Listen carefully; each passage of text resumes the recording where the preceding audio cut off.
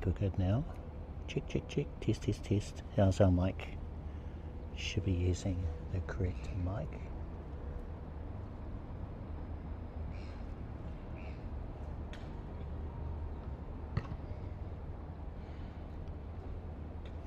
Okay, well, welcome in everybody. Just go and check a couple of things, make sure that we're good.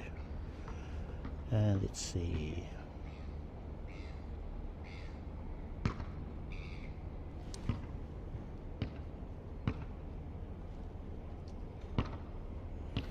Should be streaming to Twitch, Kick, and YouTube.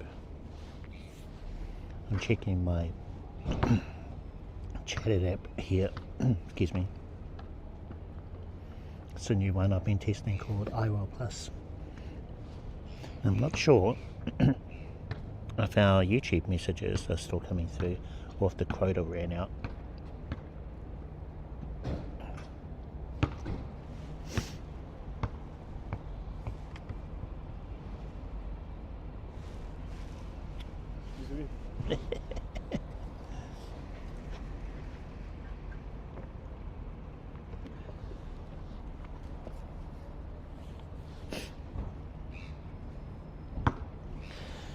I think we should just get the stream underway. Turn off our overlay here.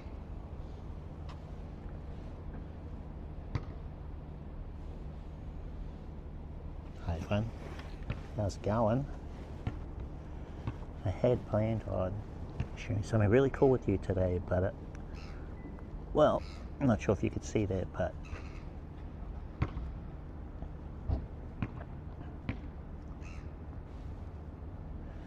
yeah, not working.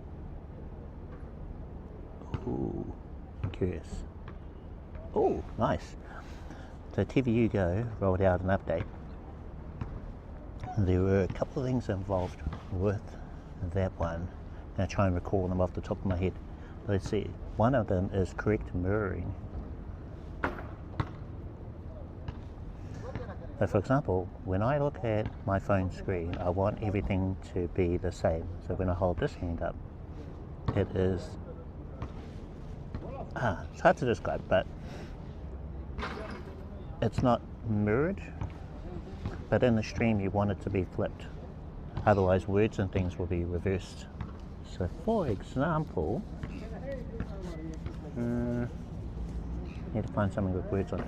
So here. Now when I look at my phone screen, that's reverse. But in the stream it should be the correct direction. Just waiting for the preview to catch up.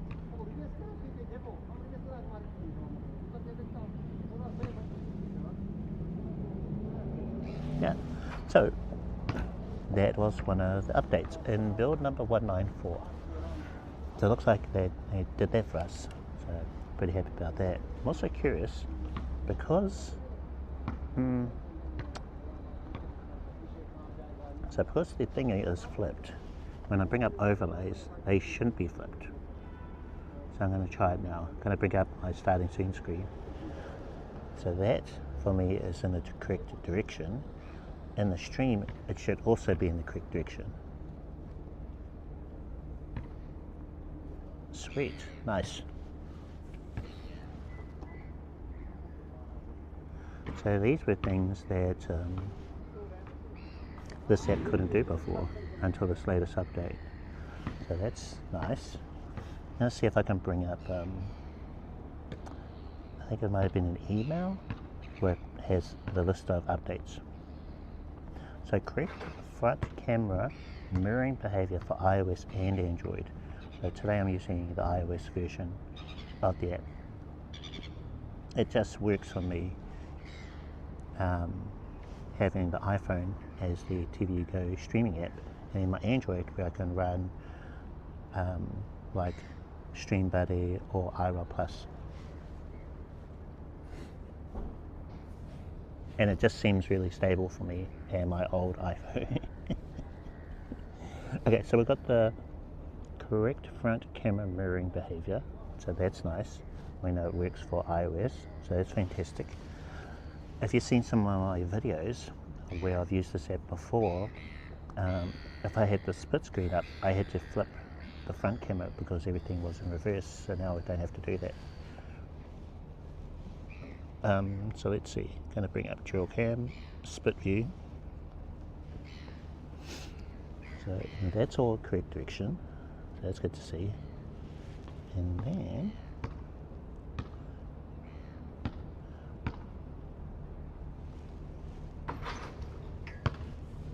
so this should also be correct direction. Let's go have a look at the preview.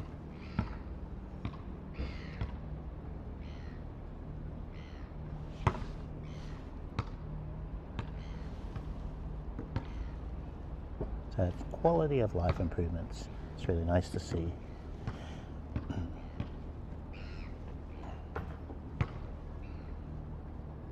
Let's leave it there for a second. Go back to that email. So I've got the mirroring, that's great. And I just want to point out this is on iOS version 1.0.9, build number 194. So if you're not on that version, then it could take a little while before you get some of the things that I can see in this update. Okay, there's also a privacy screen, startup screen in overlays. Disconnect protection is enabled by default for pro users with preset clips.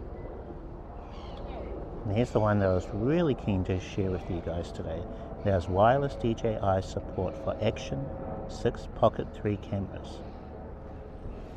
So yeah, we've got the Pocket 3 here, and I tried connecting it up.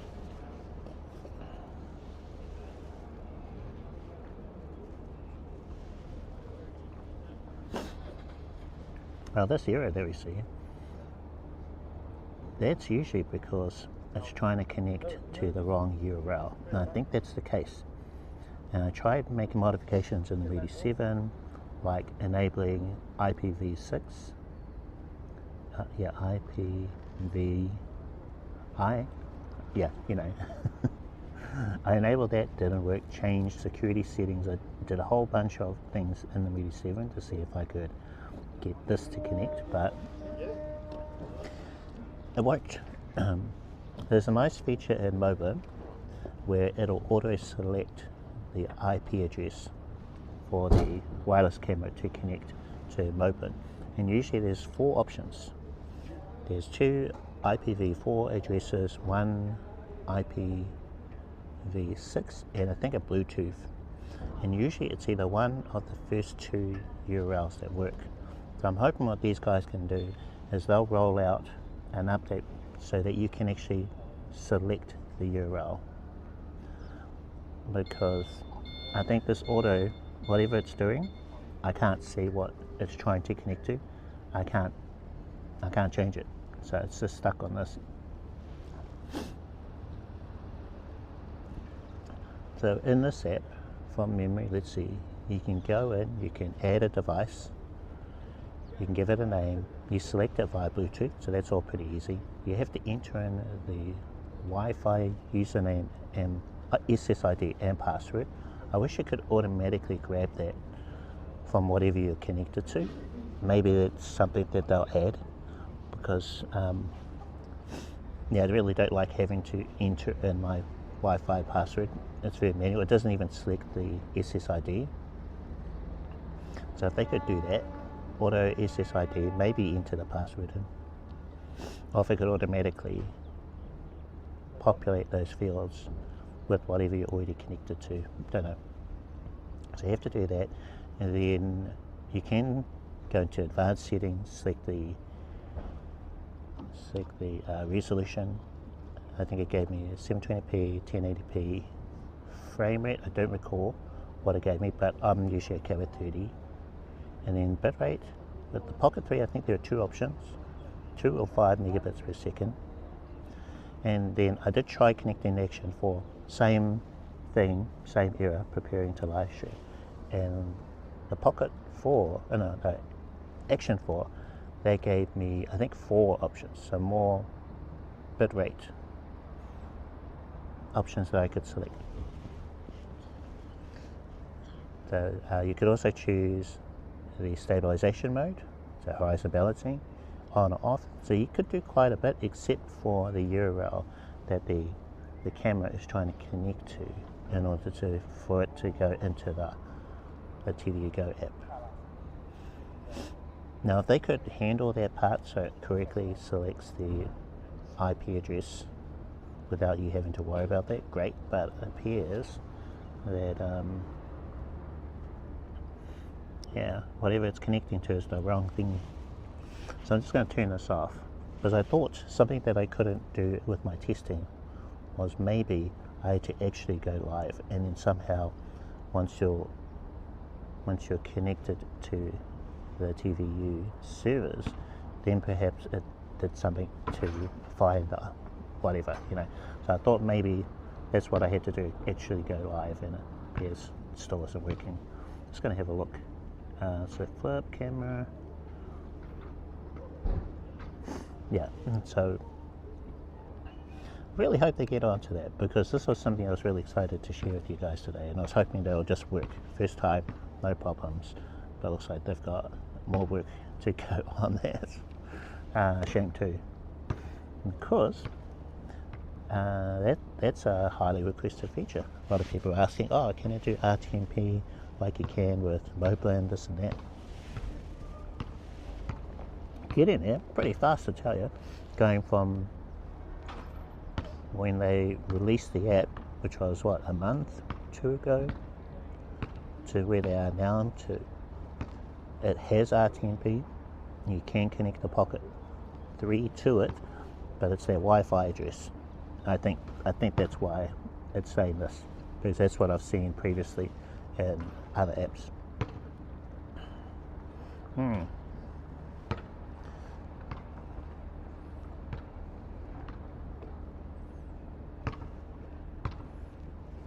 I figured, well, since it's not working, what I could go over is things I really like about this app, and other things I hope that they can work on and update soon.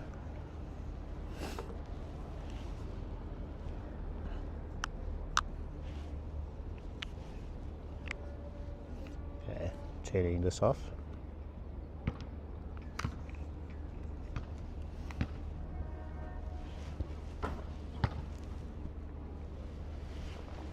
Cheers, guys. Oh, that's right. I need to turn on my overlay because I can't see chat. I forgot to do that. Let's see.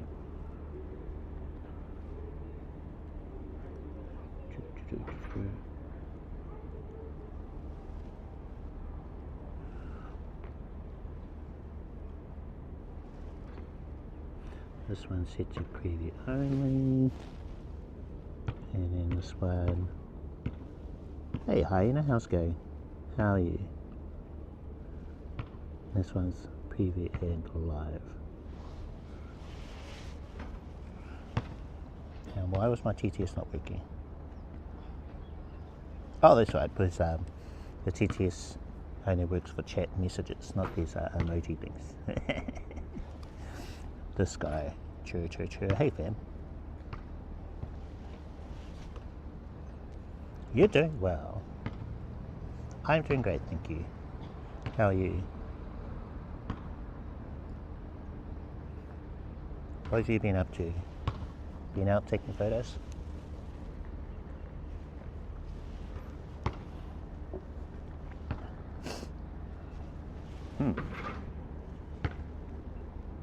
Let's do a screen share.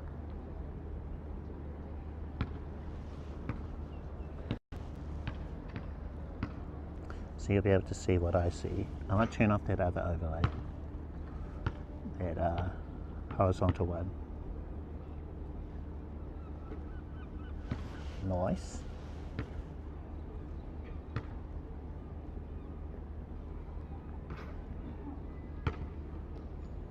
Just make that chat a bit smaller.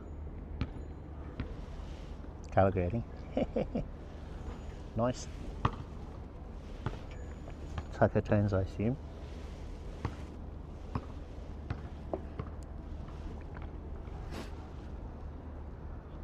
Taco tones. Okay, what have I got on my list? No, not that one. I think a really easy thing that they could update, I really hope they roll this out in the next one, with this app, and that is in the Me section or settings, stream info, title and description. I think these are just too short.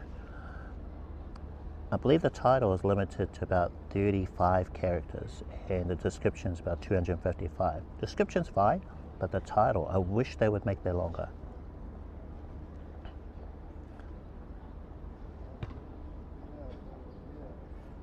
So I often change the description later. It's been, 35 degrees Celsius. Yeah, nah, no thank you, too hot. That's right, it's summer now for you, eh? We're in full-blown winter, down under.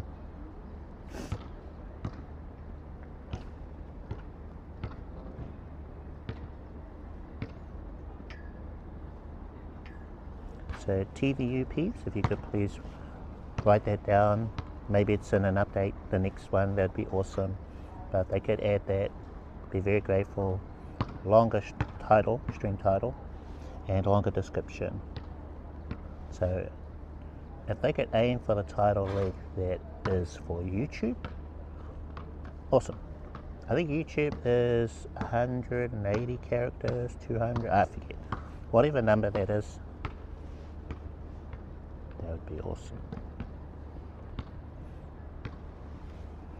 Also, there are these little pop-ups in the app that'll say details saved. It's a black pop-up with a cross. You actually have to tap it to close it. I wish you didn't have to. I wish it was just there visually, and then if you touch the screen anywhere else, it would just disappear. So let's say you just press the back button, it would disappear.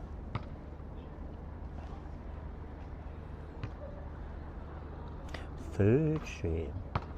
When was the last one? Well, I did have some food. It's all gone now.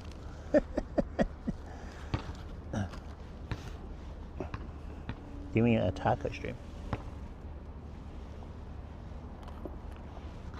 I've been by a couple, but they've been closed.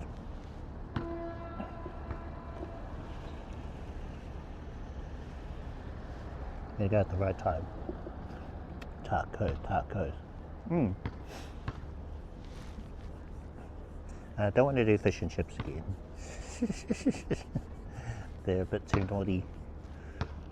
So I try and pace myself for every 2 to 3 months. Then it'll be okay. Break. So that's like a special occasion thing. Because that's quite a costly meal. Like to get what I'd like, shorty shake, steak burger, fries, it's like $35.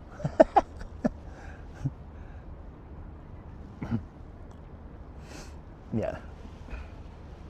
So we need some kind of occasion, maybe like after an event or something. So let's say Armageddon Expo. I don't think they're doing a winter one this year, or something, and then you just wrap up the day by getting a bite to eat there, New Zealand dollars. So I suppose that would be what, 20 New Zealand dollars? I don't know. Google will tell you. Eh? Why am I still getting their message? I thought I'd turn them off, my little donation link things. I guess I have to just fully delete it. I thought they were getting a little too spammy. I only want it to like once an hour after at least 10 messages, 10 people. Wait, I don't think you've typed 10 times in here, have you? Maybe. 10 different people have typed in chat. Then you could share that message, but nah, it's just too much. Let's see.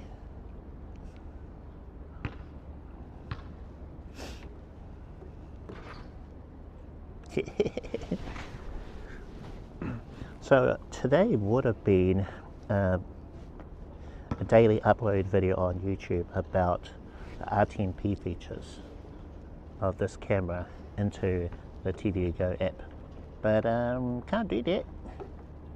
That would have been really cool. Worked first time, no problems. I've got a wireless camera into the iPhone and the TVU Go app. I'm sure they'll fix it eventually, and I reckon if they add the option to select a URL, then it would be problem fixed. Just a shame it's not like now, and that is a future thing. Yeah, I was quite excited to try this out. It's one of my favorite things that you can do with the mobile app, you know, a wireless camera, can keep the iPhone charged, less doodads.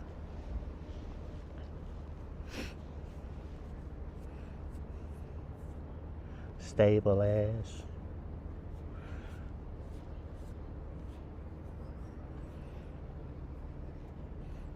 Yeah, I'll think about that. We need some kind of cool occasion to go to the White Lady. Or maybe my next Twitch payout. They're getting longer and longer, eh? I used to get one every 2 months, but they're getting like every 3-4 months now. What can you do?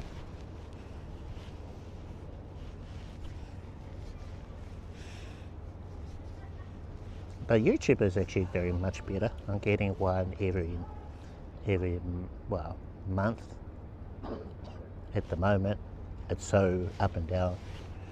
They got thresholds, both of them do. You need to make a certain amount per month in order to get a payout. If you don't make the payout, then it just rolls over to the following month.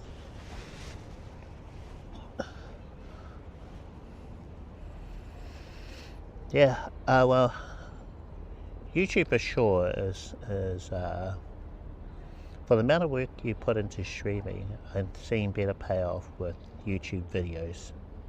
There's just, I think there's more work involved. Hey Crab Cow, how's it going? How are you?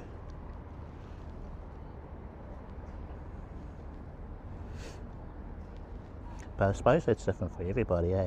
There are successful people on both ends, maybe on both. So they could be successful in streaming, not so much on YouTube, could be big on YouTube, not so much on streaming, could be great on both, could be terrible on both. It's just different for everyone. You're just waiting for payout? Oh, okay, nice, sweet, that's the one. Oh, should I tell you about the gear? Might as well take a photo, right? I suppose it's a little bit different. Let's grab the Mudi so you can see that. Next year? Oh, okay. Well, I believe in you.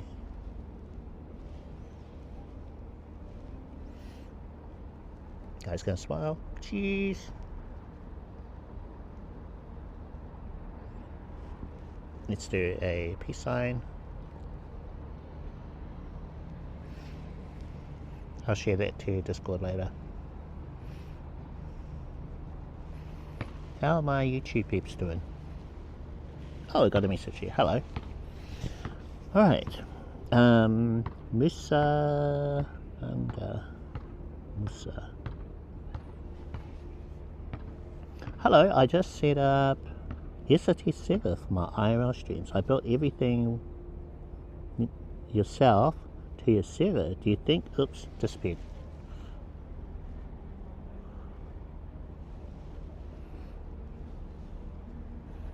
Okay.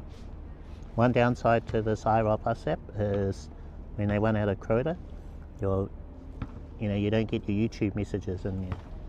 Maybe, wait a minute, I can't use Mobin because I'm using this app. I have to have, I know, I gotta work around. I can hear the TTS from the IRL Plus app, but I'll have YouTube chat open on this phone.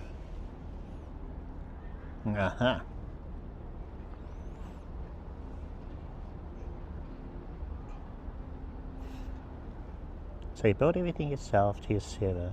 Do you think we need still that for IRL or Bella Box server? Good for that, huh? Oh, also hello from New Zealand. I see that other one there from Devon. Hiya, welcome in.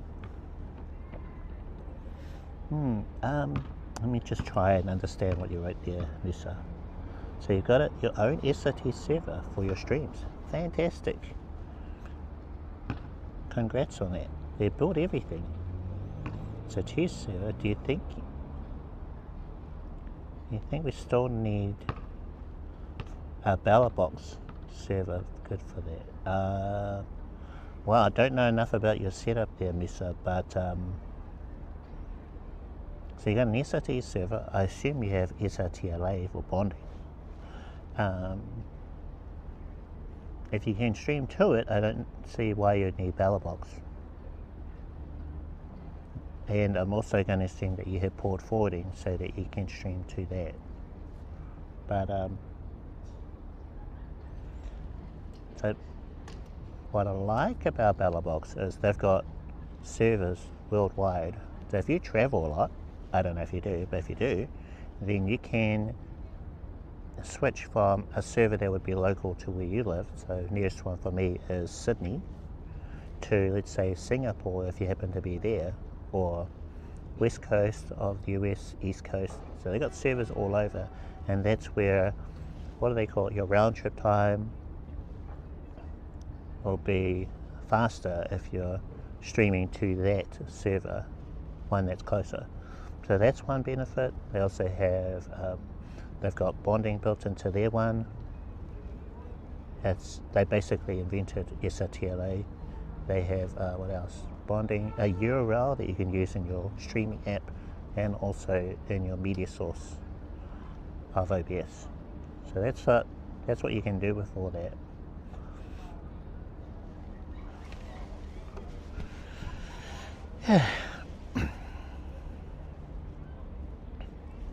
What I like about this setup here, because that's the theme for today, I'll try and bring it back, is that you don't need to worry about any of that.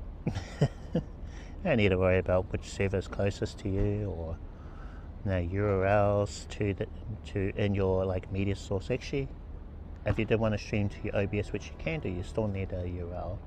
But if you're streaming from the app directly to platforms, then you don't need to worry about URLs. And the bonding's built in. So I mentioned it a few times, but what I like about this app is it makes the hardest things really easy. Things like disconnect protection, it's built in, it's snappy, it works fast when you disconnect and when you reconnect.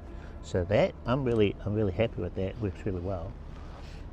You can upload a clip from your phone and that will be played when you're disconnected. Great. So those are all like thumbs up for me. Bonding just works. All you have to do is make sure you're connected to Wi-Fi. My phone, when I turn on the Mudi 7,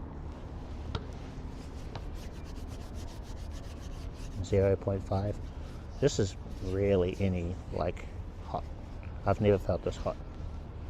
It's been slightly warm, and that's about it.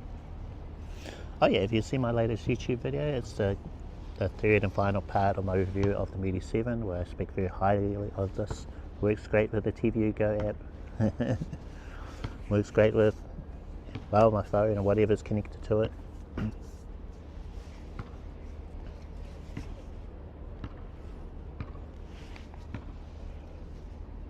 100% power.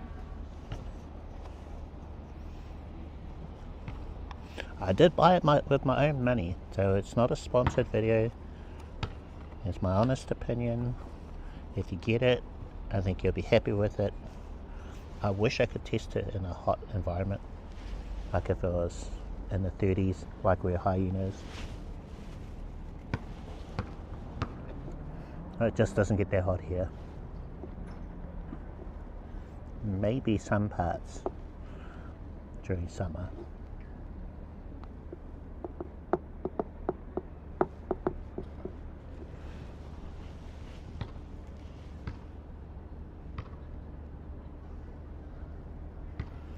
Let's see. All right, back to my thoughts. So, out in the desert, eh? Yeah, no, don't know how you handle it. I like my cooler temperatures. It's a bit too cool. Even now, it's quite chilly.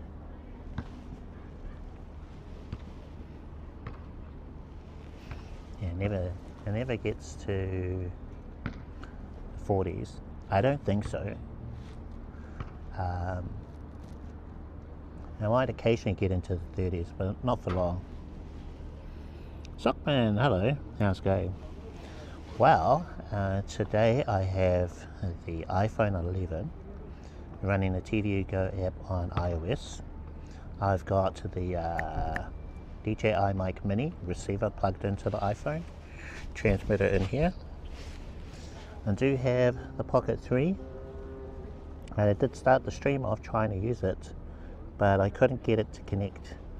So on here it kept saying preparing to live stream, and my theory is that the app is trying to connect to a different IP address, not the correct one, because I've seen that error like in Moblin. Moblin will show IP addresses, usually about four IP addresses, 2 IPv4, 1 IPv6, and I think Bluetooth. And it's usually one of the first 2 IPv4 addresses. And I think that's what it's doing. It's connecting to the wrong one of those. But in this app, I don't have the option to connect to the correct one. So it's lost, saying, hey, connect. But it won't connect. So based on my experience with Moblin, that's what I see happened. It doesn't really happen so much now. They have like an auto feature in Moblin now, where it'll automatically select the correct IP address. Don't know how that works, and I assume that's what this one is doing. Now you can't see what it's trying to connect to, just that it says connecting, it says connected, it's green for a bit, but on here it still says preparing to live stream and doesn't change from that. So yeah.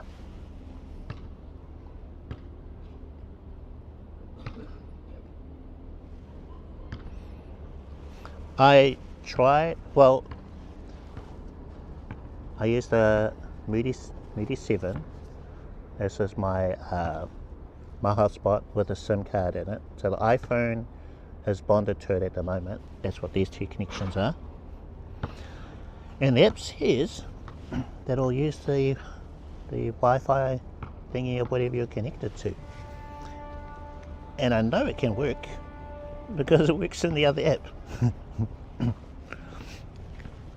But that's just based on my experience with Moblin. Because whenever it's stuck on their message, preparing to live stream, it was using the wrong IP address. So when you connect to it initially via Bluetooth, you tell it what the SSID is, what the Wi-Fi password is, and then with that initial connection, the camera attempts to connect to your phone. But I think it's not finding the IP address.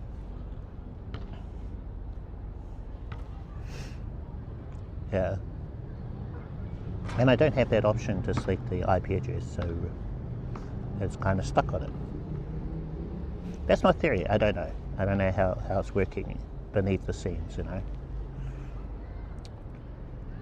I was trying to think of other reasons why I'd see preparing to live stream.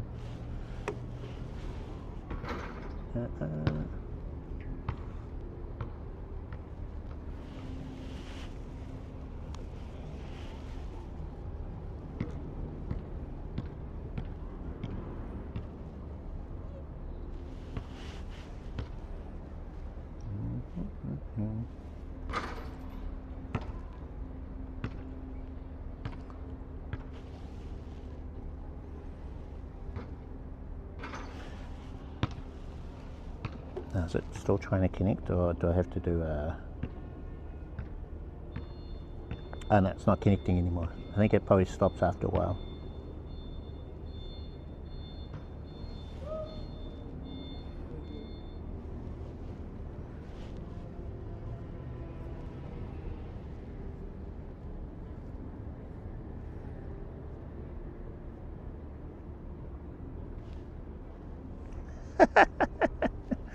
That is definitely it. It is definitely Jeff interference. Okay, I think it's no longer connecting. Oh, maybe I can try last live stream settings. Will that work in here?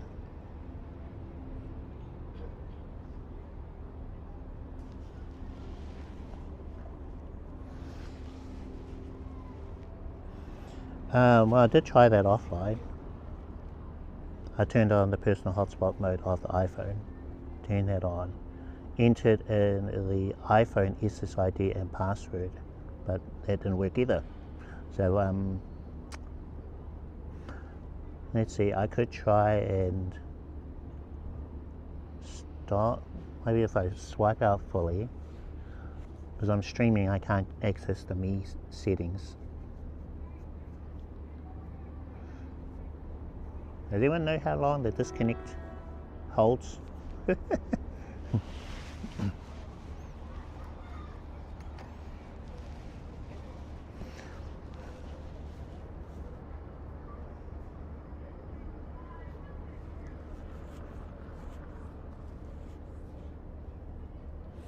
Let's see, okay.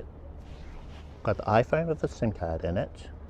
We've got the Mudi 7 with the SIM card in it. The iPhone is currently bonded to the Mudi 7. The Pocket 3 was trying to connect to the iPhone via the Mudi 7 Wi-Fi. I did enable 15 minutes. Okay, that should be long enough. I'm going to do a full swipe out. We're going to go BRB for a little bit. It's supposed to be 15. Okay. We'll try and do it faster than that because I've been over it a few times. Now, the Wi-Fi is still on. Personal hotspot enabled.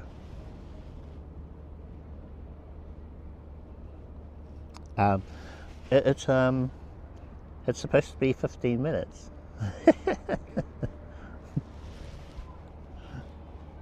There you go. Actually, I haven't been disconnected for that long. Haven't needed to be. Okay. Let's see. So keep the Wi-Fi connected to the Mudi 7. I'll add a new device. Oh no, actually. Connected to Mudi 7. Personal hotspot on. Add a new device. SSID and password to the personal hotspot. See what happens. Okay, firstly we'll swipe out. Be right back.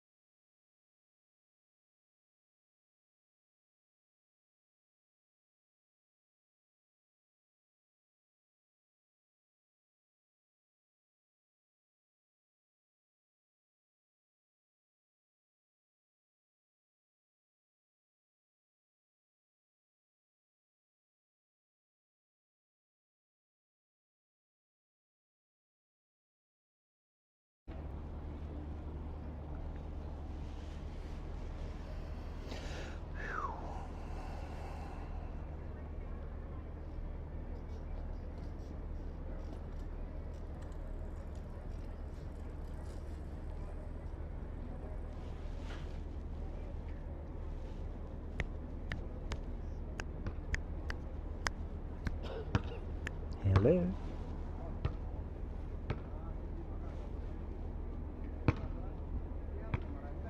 Hey, welcome back everyone. Thank you, Aina. Okay, so,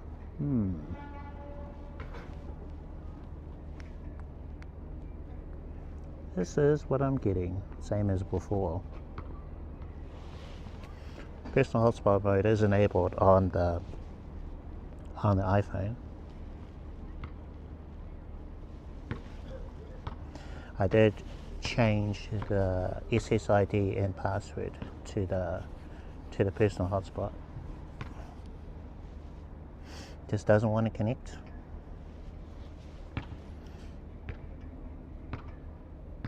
Yeah, and that was weird. While I was disconnected, I swiped back into the app. It was telling me that we were reconnected.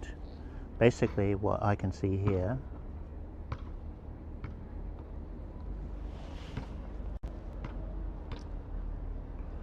what you see there, the little red box, that's what I saw earlier.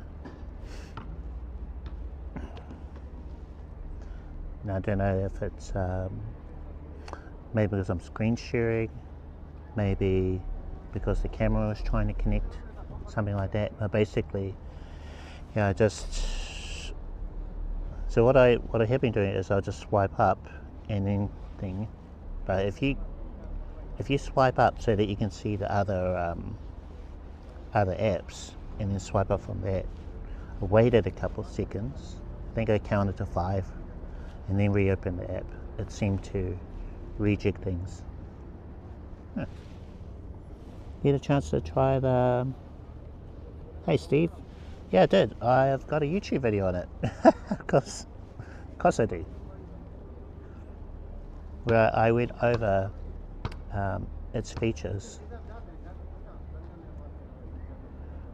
There's a few things that bug me about it, mainly the audio. That's one thing I like about this one.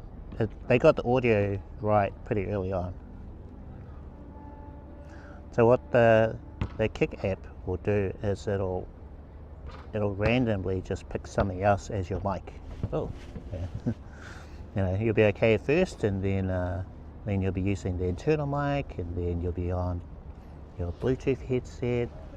It just gets real wonky. Watch it, yeah. But I mean, they got some good ideas there. In fact, this app and the Kick app, they kind of remind me of, you know, there's a lot of similarities there. I mean, there's only so many ways you can do a streaming app, you know.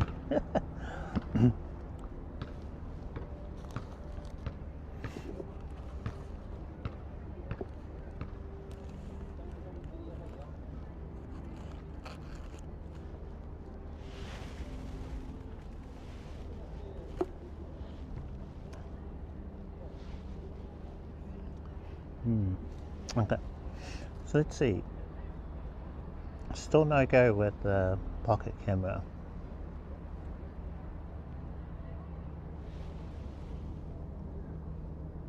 The Kick app, access ultra wide. Oh, okay. Don't know. I think that's one of those things that's kind of hidden. You don't know. But I believe you could pinch to zoom in that one, pinch to picture-in-picture, but you only have more of a traditional picture-in-picture, like in this one, like this. And you've got limited places where you can move the, the camera. It's a little mini picture, I think it's the top corners, so you can move it around there. Whereas this one you can resize it, you can move it around. So this one's like a better app. But I mean, if you're looking for something simple, it's okay.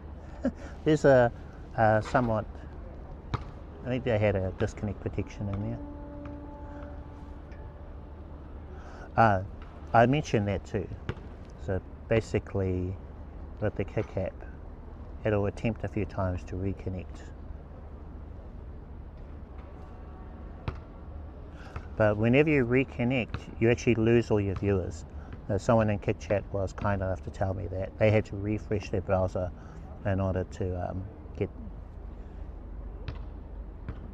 the viewers again. To give it, yeah, you get a free trial with this one. You can give it a go. I think it's 3 days. Check the details. Can you see? Oh yeah. So the mic system is one of those things that I like about this one. It remembers what mic you've chosen. So it won't randomly go to the built-in mic or the Bluetooth mic, and you can clearly see which one is selected. Do you have the icons? Oh, okay. That's one nice thing that the Android version has, is when you connect a different mic up Bluetooth or USB or external mic, it gives you different icons, so you can see from the menu where what mic is connected.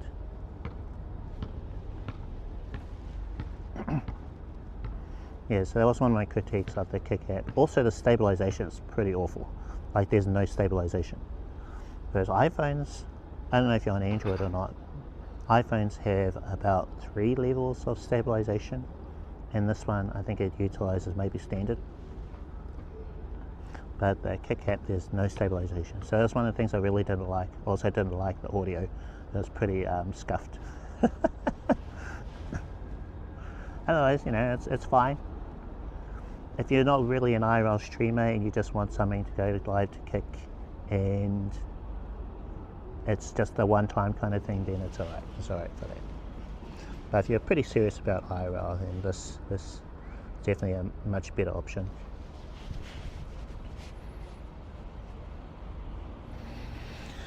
Yeah, so I mentioned a couple of things I really like about this is it's got disconnect protection and it's pretty solid. It's snappy when you're disconnected, and then it comes back pretty good. And if you have it, you know, if you can't quite reconnect, then you just do a full swipe out like I did, and you're back online again. So that's one of the things that's really good with this. Screen sharing, really easy. Bonding, so we're bonded to the Mudi 7. I did try turning off the Wi-Fi for the pocket camera, but didn't seem to make a difference.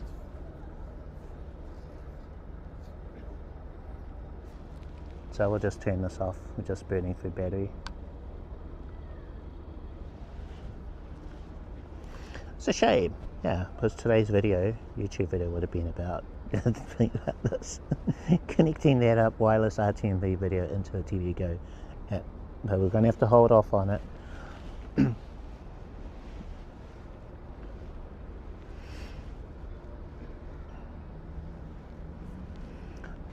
Yeah, personal hotspot mode is enabled for the iPhone. Updated the device details, so that was using the SSID and the password of the personal hotspot. So it should be able to connect Pocket 3 to the mobile hotspot of the iPhone. I'm still going to go back to, I think it's using the wrong URL. So I need a way to be able to choose the URL in case the app, I think, isn't able to correctly connect to the right one. So the camera probably is streaming, but it's not being received, you know. And inside the app it will say that configuring, connecting, connected is very temporary, and then I'll say offline. And then I'll go through those steps again of trying to reconnect. Yeah. So I've done all sorts of, like before the stream, I spent an hour or 2 hours reconfiguring my Mudi 7. I thought maybe it was, maybe needed a static IP address in the iPhone. So there's all these things I was tinkering with, and I was thinking, shouldn't need to do all that. You know? And I kept going back to when I saw that message in like Moblin. That was because it was the wrong URL.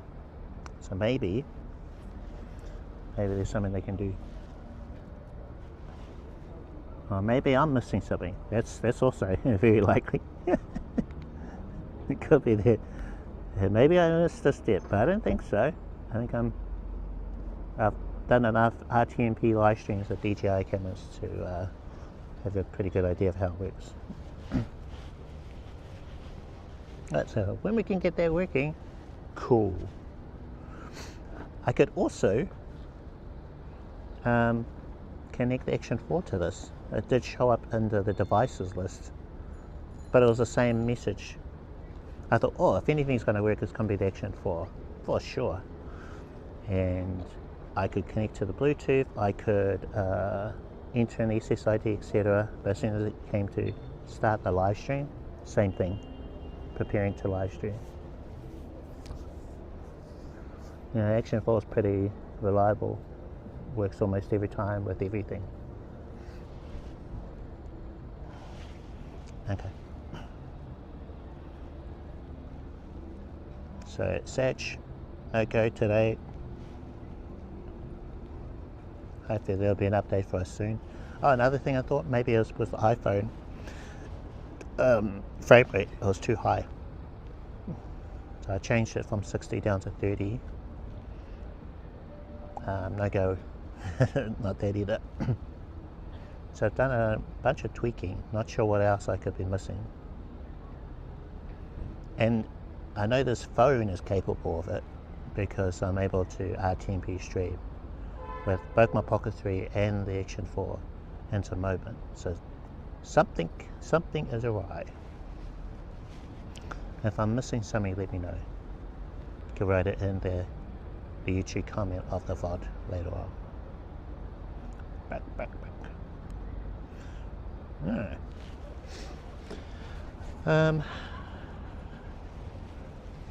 But I reckon once you've saved your details in there, it seems like it'd be so easy to just connect the camera and go live. So I like the steps of what the app has. Do some configuring and then save it. Open up the app, turn on your camera, and then it should show up as a, I don't know, in the options. So I assume it'd be much like in here where you got flip camera.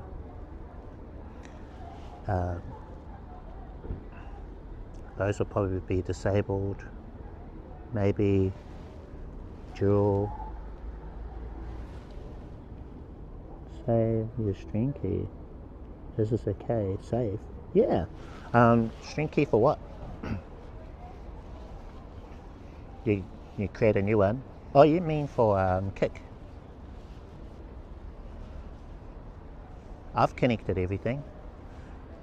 So I've got my YouTube, my Kick, and my Twitch. They're a big company. You know, they've got a reputation to look after. They're not going to do anything bad, I assume, not intentionally.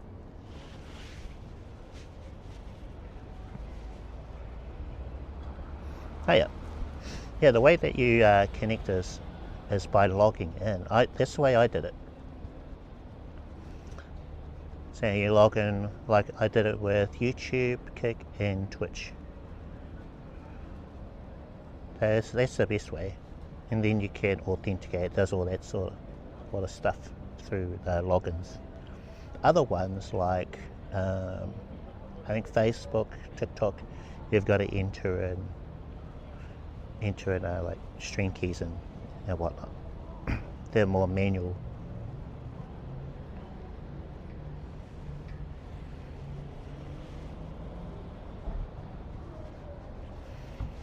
I think there was an option for you to. No, I wouldn't use RTMP.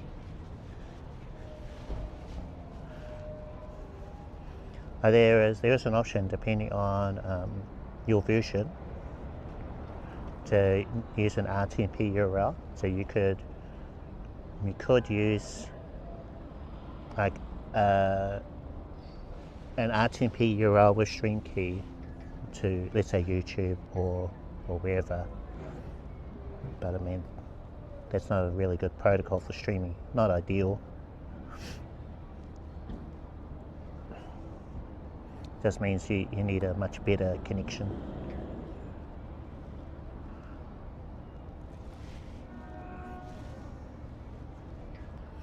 Okay, right. Let's see. So assuming they can roll out an update or something so that it will connect regardless of what the user is doing. So let's say I am doing something wrong, that the app will go, yeah, let's just do it this way correctly behind the scenes, and we'll connect Cliff to this pocket camera. So that would be great, because I really want that kind of connection for streaming. It's what I've been using for the last year or so. I like that my phone just needs to be plugged in for power. It's only the one thing that really needs power. Yeah, I don't need a wireless receiver. My mic can just go straight into the camera. Got good stabilization. There's just a lot of benefits to wireless streaming, except for interference. And yeah, except for that, which we need newer technologies or something.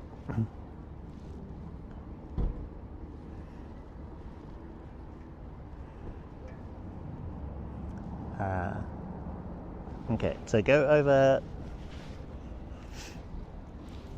Let's see. I'm gonna go over my list.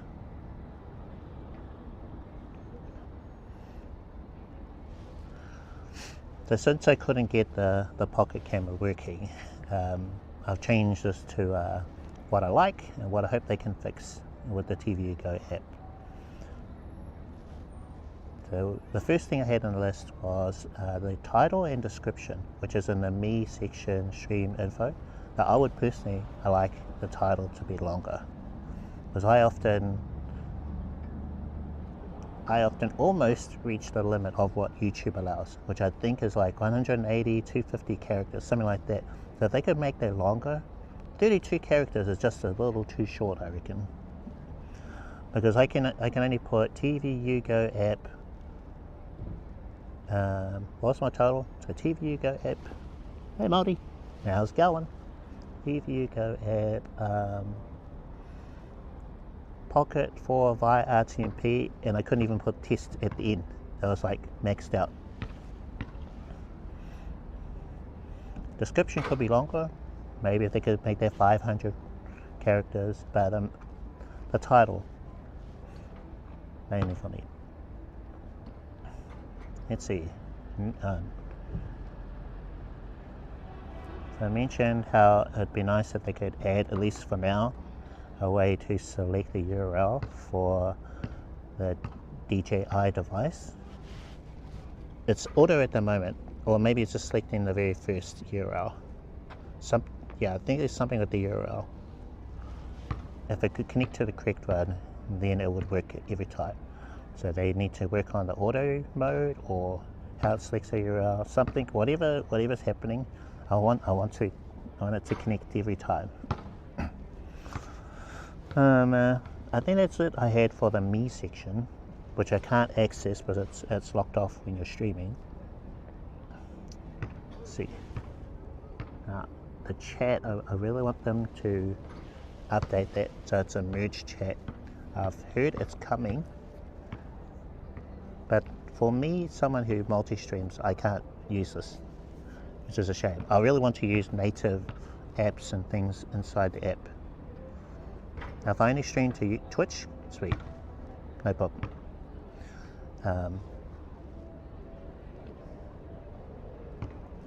So there's feedback that I sent their way, and I've heard it's coming, but that's probably one of my critiques, is that one. I'd actually prefer if they could work on the chat, and the other thing for me, which is overlays. So those two areas cause a few extra grey hairs than I would like. But at least I can just ignore it. I don't even need to use this, that's fine. But the overlays bit, I'm often finding problems with that. Like for example, like it doesn't remember that I've enabled one. So if I turn it on, I won't stay on, I'll often forget. Or the size and positioning for pictures. So this I had to reload into the app because it was blank. There was nothing there, fully transparent or something. I wonder, I think that might be because I haven't given it all access to photos on my phone. I wonder if that's why, and I don't want to. You shouldn't have to. Like, I only have, what, 3 photos that I'd ever use in this app. One which is for my starting soon, one is for the ending, and maybe something else. That's it. But when I opened the app today, this PNG was blank. There was nothing there. So I had to delete it and then re-add it. And I've had to do it every time I've opened the app. Oh, I've got logo on top of logo there.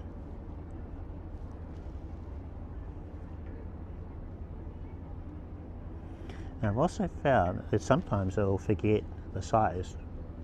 Like if I swiped out and then came back again, the size was different. So that was with PNGs. And then same thing with these chat overlays. I think part of it is bot rigs. And part of it might be just the overlay system. Like it keeps forgetting. Like the font sizes, they go up and down all over the place. And but if they could actually come out with that proper chat system, I wouldn't need that anymore, which is what I want. I want that for this app. I don't want to have to use third-party chat. Now, ideally, that merch one would pull chat for every platform this app supports, and this app supports quite a few. So if you choose to stream to Twitch, Kick, YouTube, TikTok, Facebook, all the platforms that this app has, that would be huge, because there's no app that does it. I mean, they barely support these 3, you know.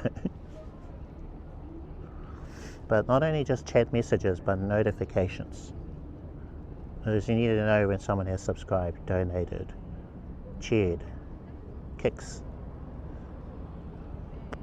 super thanks. I don't know what Facebook does, but you know, you need to be able to see when all of those things happen. And if it was all built in this app, that'd be huge. But, you know, you can add overlays. So if you were looking at just streaming to Kick, just streaming to wherever, then you can find overlays at the moment and add them in that section.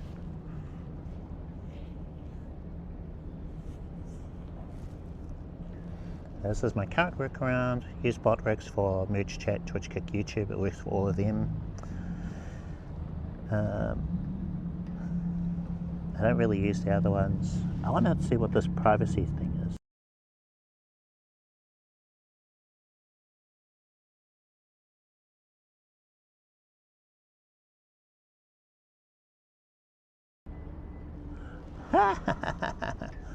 Nice. I like that. Did you see that?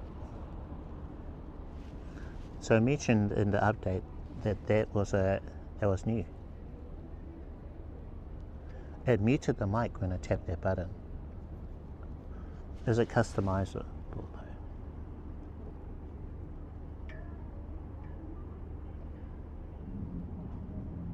It isn't. Okay. If we could add our own clip, or something to that, that would be cool. What about starting soon?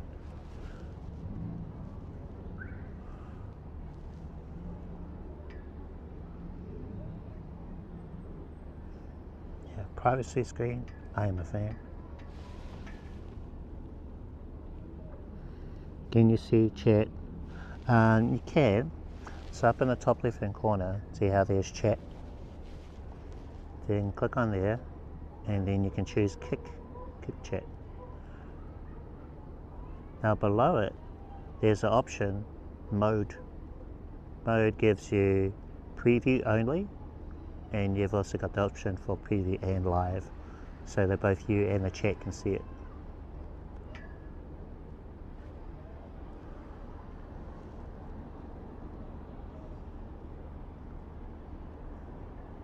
And then you just tap it again for it to disappear.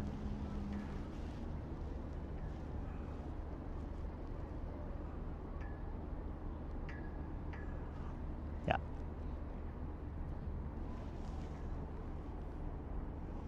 You got it.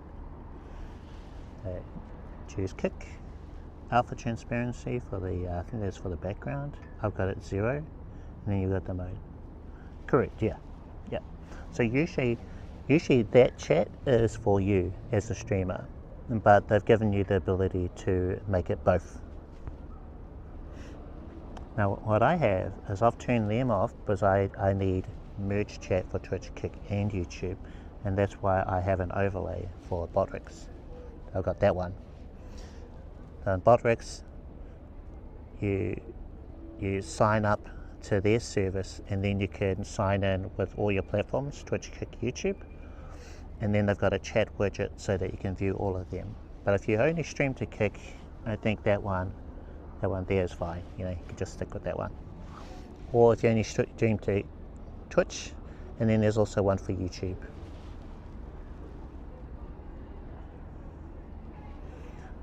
To suppose, can enable the one for YouTube.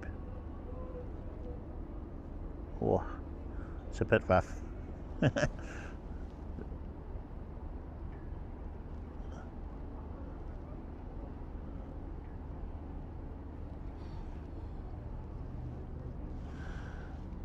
So I mentioned earlier that I have no TTS for YouTube because I'm using the IRL Plus app today, and they ran out of quota.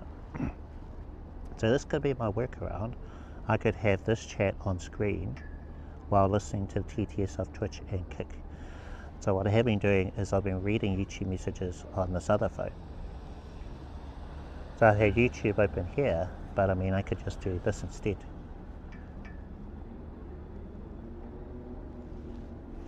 At the moment, this app can stream to TVU servers, and then it'll multi-stream to Twitch, Kick and YouTube.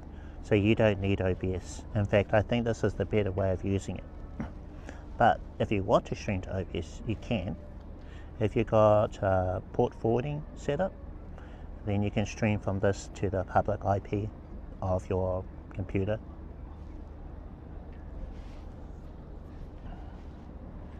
And I think, from memory, when you stream from the app to TVU, it is bonded. It gives you bonding. It's been a little while since I've done the OBS one. If you check out my stream, you'll be able to see it when I talk about it. That's in my on my YouTube live section where I tested streaming to the self-hosted OBS. And when I could do that, I could also, you know, the photos thing that I do, that worked. And all the overlays I have in OBS, you know.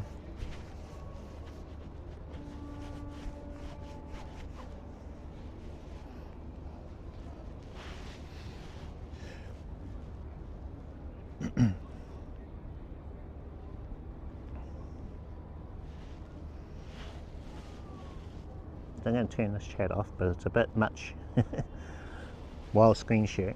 For me as a streamer, it'll be okay. So this is what it looked like normally. For you guys, a little bit cleaner, smaller chat. Just waiting for the preview.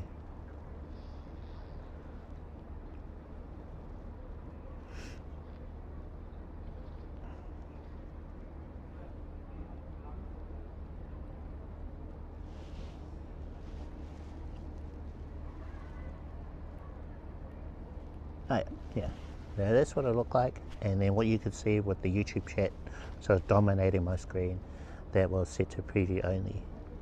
And then the little Botrix overlay at the bottom, that was smaller, that was for the stream, so you could see who I'm talking to. So there have been a few workarounds I've done today. It's nice that they got the YouTube chat for me to be able to read YouTube chat on my phone screen, because I don't have it on the other phone. But I'll turn screen share back on so you can see what I'm doing. I'm also going to turn off the YouTube chat a little bit cleaner. Yeah, so this little box here, that one, you got to actually tap on it. It does disappear after a while, but sometimes, yeah, I don't want to have to actually tap that little black box thing for it to disappear. Nice to just tap anywhere else for it to close. Okay.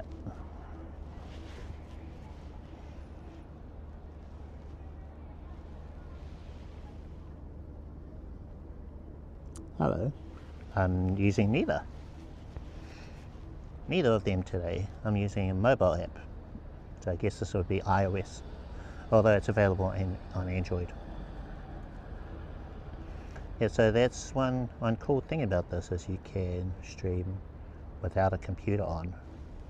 You can stream straight from the phone, whether it's iPhone or Android. And then they'll give you all that IRL stuff, that IRL streamers love, like disconnect protection and bonding and all that. You don't really have to think about it because it's just built in. Don't have to set it up. Although you do need to enable disconnect protection, but that's pretty easy. Go into settings, enable. I want to check out the starting soon button. So privacy screen we saw. I don't think that did anything while I was testing. We'll try the starting soon overlay.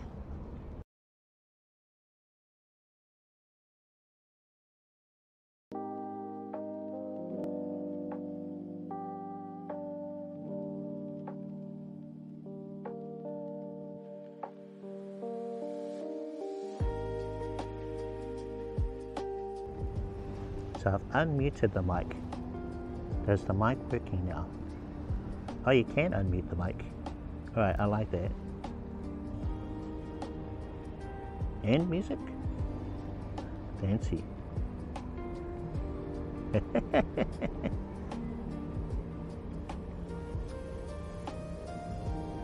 Check, test.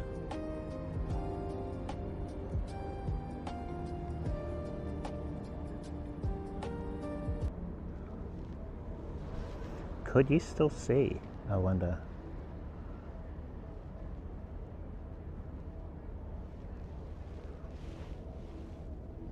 Five by 5. Am I still screen? Yeah, I am.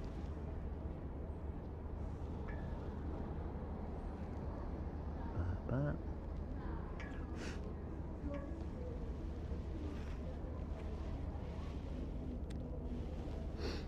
now, so I like that. What about privacy? I wonder if you can unmute on the privacy scene. So let's try it. I'm just going to enable it.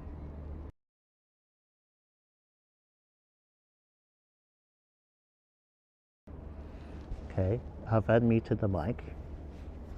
Sure. Looks like I can unmute the mic. Check, test. Alright, going back into overlays and then turning off the privacy screen. Okay, we are back. Okay, so like that, it gives you that option that you can unmute. So by default it mutes, but then you can unmute it. Alright, but I don't think there is an option to be able to edit the image, like upload your own one. But maybe you have to be offline to do that. Usually you can go in to overlays, tap and hold to delete or edit an overlay, but I don't think I had that option for these other ones. Yeah, so currently not able to, but I assume we would be able to. So those are two new features with the latest build, 1.9.4 I think it was.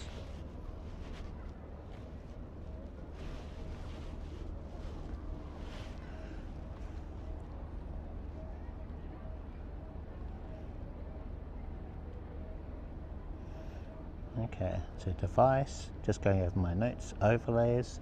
See, they don't always remember their position and the size and position.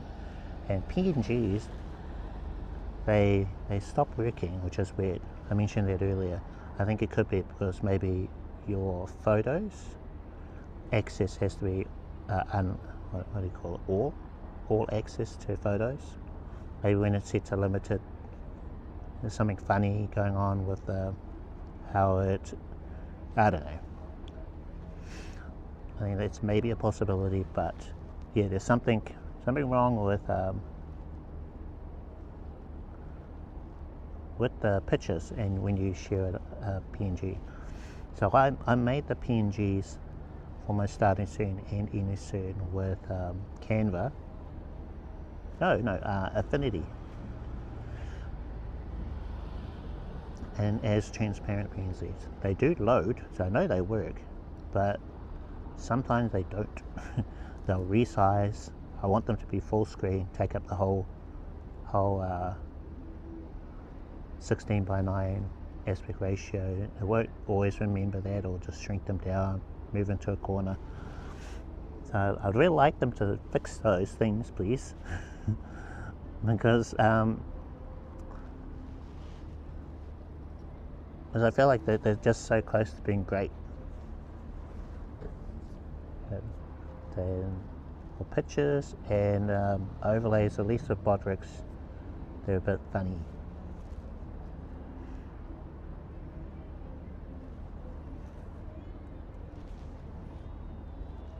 I think the Z index doesn't quite work either. So for example, I've tried doing something with my overlays where I have one vertical chat on top of another, so it won't always put one on top all the time. Let's see.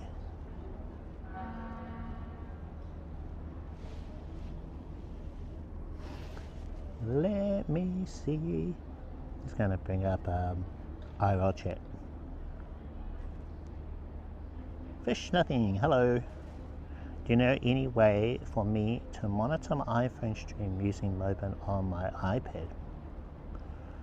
Maybe mirror the stream to Moblin, read chat there and stuff. Is that even possible? I think it is. I don't have two iOS devices, so I haven't personally been able to try that.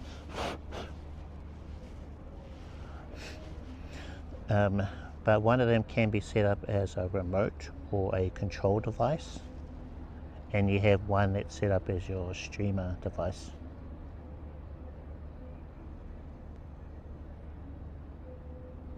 I would look through the options and see if you can do that with your two iOS devices, the iPhone and the iPad.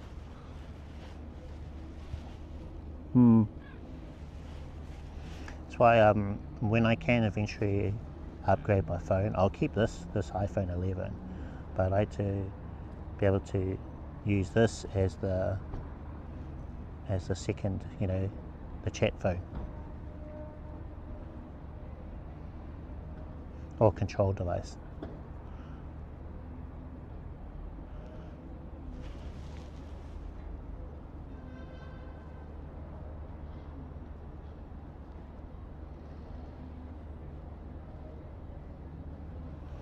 Alright, so I have to keep an eye on the time because I still have to make a video for today, doing a daily upload challenge on YouTube, and I don't have anything.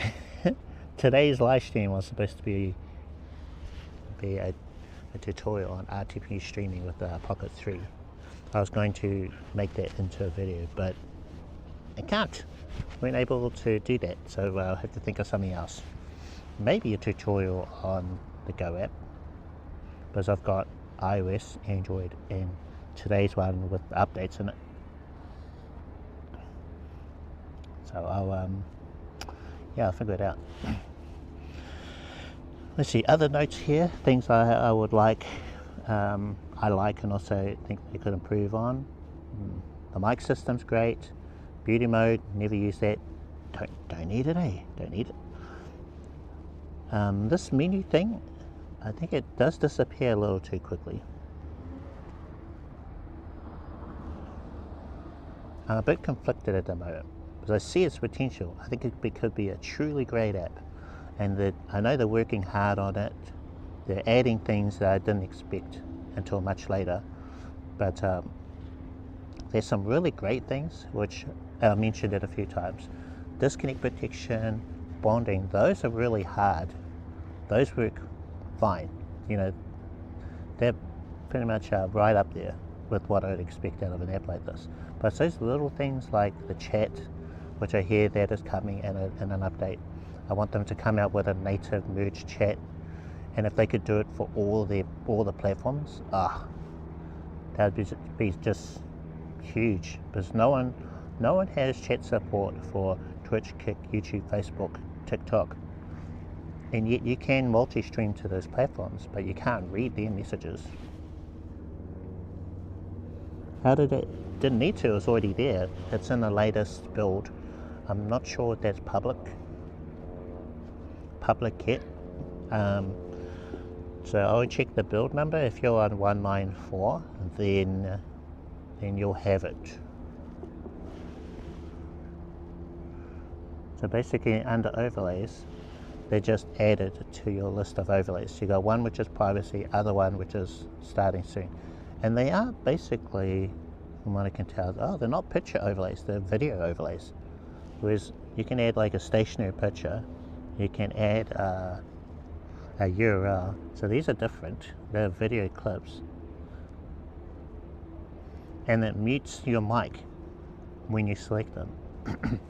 You currently, from what I can tell, you can't edit the clip that plays.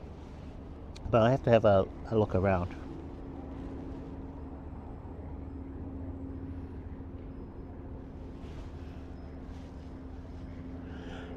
Do you need to have a TVU subscription for disconnect protection or any settings at all? So let's see. I would check your details. So they have plans. I think there's 2 plans, and they have a free trial if you want to just try it out. I think they may have changed things, because they said that disconnect protection was enabled by default with their Pro plan, but I don't remember there being a Pro plan. I thought there was like a different name, so they may have changed things up with the plans.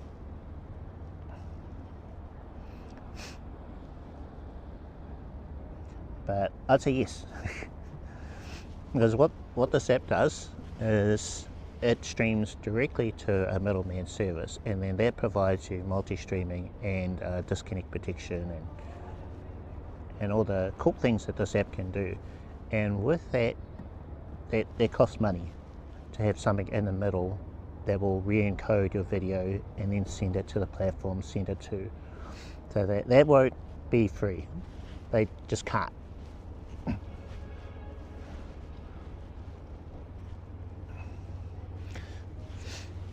I think one cool thing they could do is maybe take an idea that Streamlabs does, where they have a rewards program. So with the rewards program, you earn points, and then you can redeem it to use disconnect protection, bonding, etc. But maybe once in a month, or they'll have limitations on it. So it encourages people to check it out, try it out, and maybe they only stream once a month or something. Then it's great for them. And if you're a power user, you like those features, then you would then subscribe. Yeah. That's why when you use a self-hosted OBS, it's cheaper, because you're putting all the work on your home computer. So that's RAM, that is processing power, GPU. So your computer's doing all of that. But there's risks with that. It's going to burn through your computer quicker. It might not last as long. Streaming is quite a lot of work.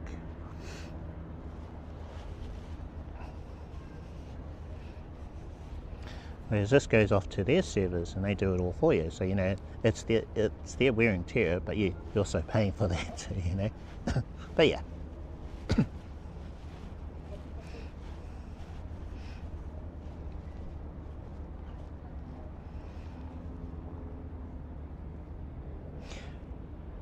Yeah. So for a phone to be able to use two SIMs at the same time, it would need two separate antennas, and it just doesn't make sense. So what they all do is they will switch between SIM cards. So it might do a failover from eSIM to SIM card, or maybe failover from one service provider to another one, but they won't ever have, well, I don't see it happening, but who knows, the ability to stream out with two separate antennas, because that would be extra stuff you'd need to put into a phone. Now maybe they can condense it down, who knows. Maybe there's a Wi-Fi 10 with that ability, and new fancy chips that can send out a stream out of two separate things. Yeah, we'll see. Because like the Mudi 7, it can support two SIM cards and a eSIM, but it still switches between them. Future tech, yep, that's what will happen. There'll be something in the future. Maybe it's in the pipeline down the line somewhere when they figured it out, where they can use one antenna, but somehow it's two separate things. Don't know.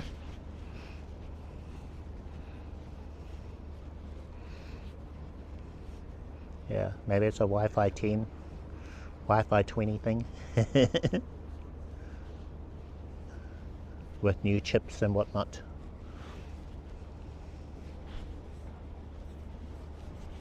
It'd be like the Wi-Fi equivalent of like dual core, or who knows. Let's see. But for me as a user, having used this app for a good couple of months, the chat system, looking forward to when they bring out a merge chat and what it can do. If it can include other platforms, great. If it has at least Twitch, Kick and YouTube, awesome. And if it looks basically like what you guys see with the Boltworks overlay, also include events, that would be huge. They could add other ones later, but I want them to really have these three. Twitch, Kick, YouTube, please, for the merge chat of the future.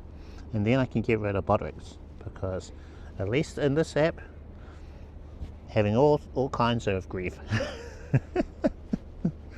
I think maybe I could address most of them if they added the ability to add custom CSS, then that problem might be fixed.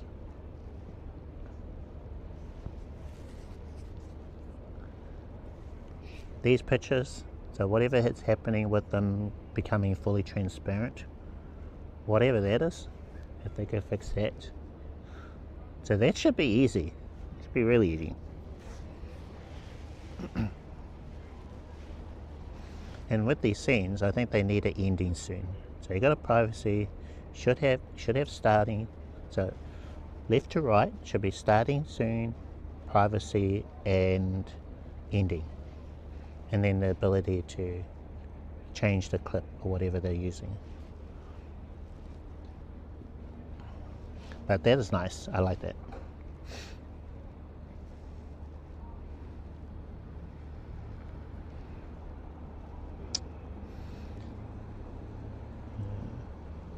So when I go live, I want to use the existing camera with a picture overlay.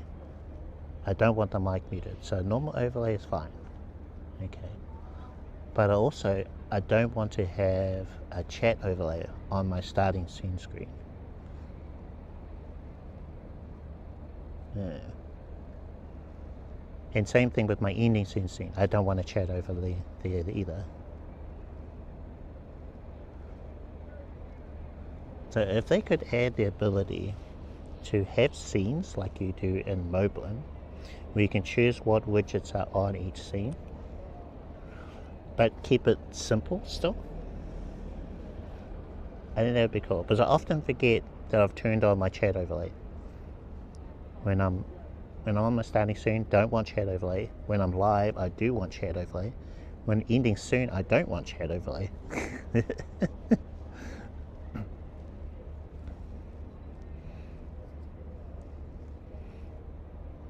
So I should be able to just switch starting soon, picture overlay, no chat, live, no picture overlay, but my chat overlay, ending soon, picture overlay, no chat.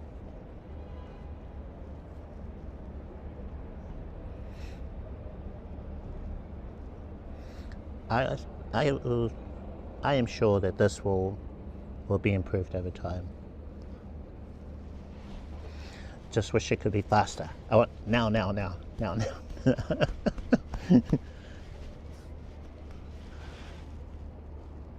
course I do. But yeah, mic is great. So at first, you know, it wasn't always remembering what mic you were doing. You were on. It was much like the Kick app. I don't know if they'll ever fix that on the Kick app, but the mic works great.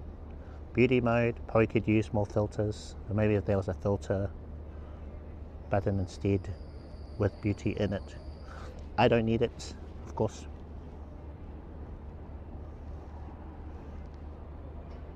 Not available in dual camera. Oh, okay. True, that's right, I've kept it on.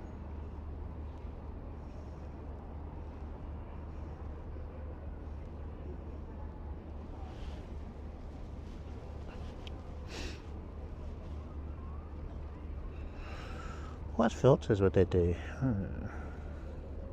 There's so many you could add. Flip camera, great. Dual camera mode, great. So I think, if anything, I would like them to work on those. If they could be first. So give us merge chat, please. Native to the app. Then under overlays, I can get rid of Botwix chat overlay.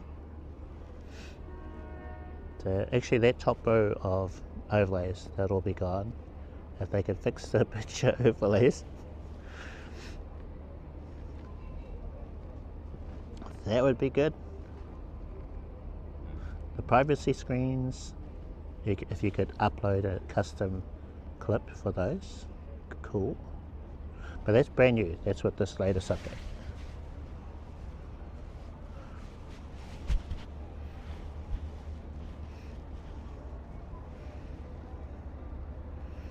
Otherwise,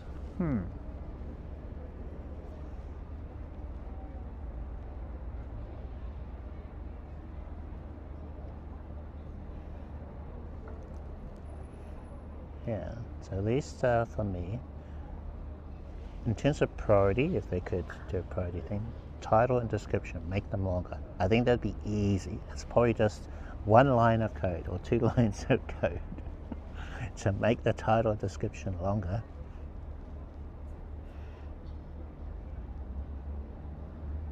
I would do it if I could. I think the overlays, I would put them first before the wireless camera. So as cool as I want to be able to stream with the pocket camera Action 4, I would want them to work on those first. So title, description, and then overlays. Then maybe the wireless camera, RTMP, merge chat. I can see how that would be quite a big thing to do. But I heard that's on the pipeline.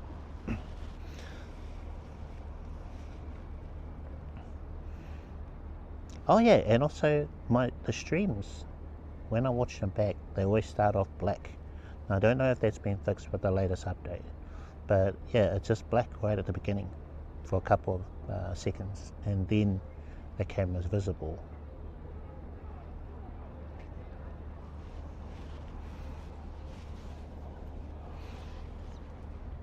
So maybe that. Right, so it's going live to the platforms first before the stream from the phone is received or something. Yeah, something weird with it. Yeah, I can trim them out at the beginning of my YouTube lives, but I don't want to. Oh, also the YouTube category is always entertainment.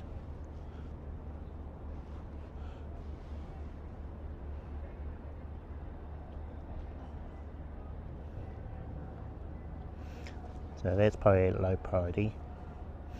Would like to be able to choose the category.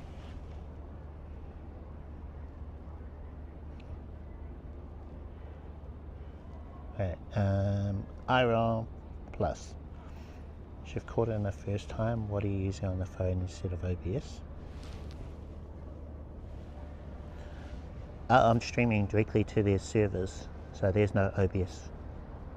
It's like OBS but in the cloud.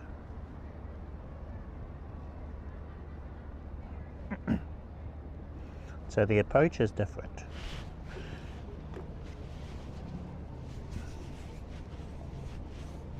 So normally you would stream from your phone or encoder like a ballot box to, let's say, your self-hosted OBS, where it re-encodes the video and then streams to Twitch, Kick, YouTube, wherever. In this case, streaming directly from this app, TVU, to their service, you don't even need to do anything with that.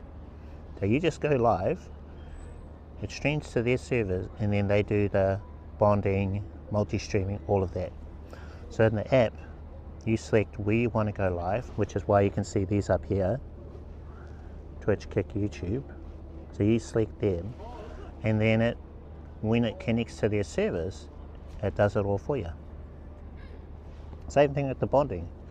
If you're already connected to the Wi-Fi of, let's say, the Mudi 7, then it's just going to see that connection and then go live with the two bonded connections up there.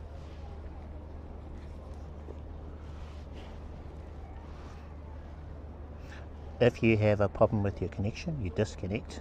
They handle disconnect protection. Depends what plan you're on, whether you've got disconnect protection or not. But it notices that there's a drop, and then visually for you as a streamer, you can see on screen that you're disconnected or reconnecting, and then the little red box tells you that you're live.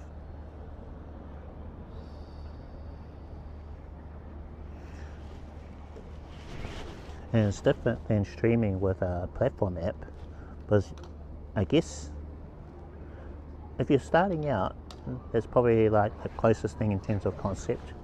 You got the platform app, Twitch, Kick, YouTube, you go live, and then you'll just go live to their service.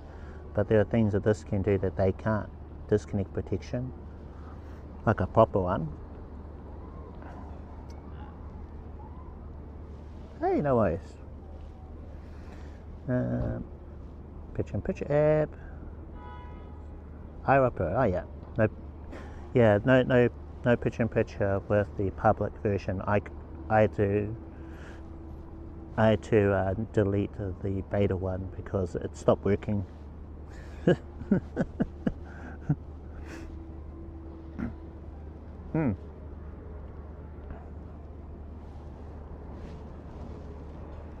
Yeah, this has been through several updates already. They've been improving it, getting better and better. Oh, they're getting pretty close. Features like RTMP streaming, they were unheard of until Moblin. And that was like a very common question I get. Oh, can you stream with an action camera into this one? I say, wow. Not yet. And we're almost there.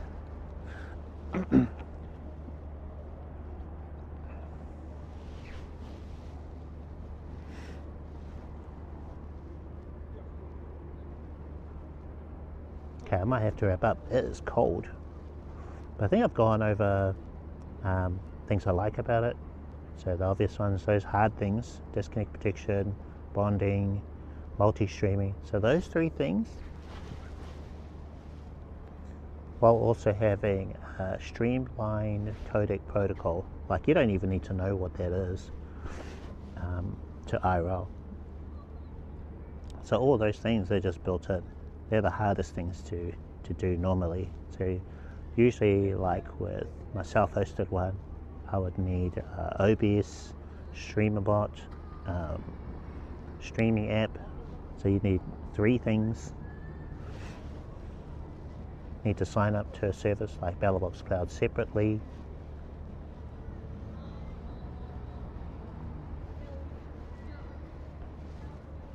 And it was just those little things that I mentioned. Title, description. Easy, right? So easy to update that.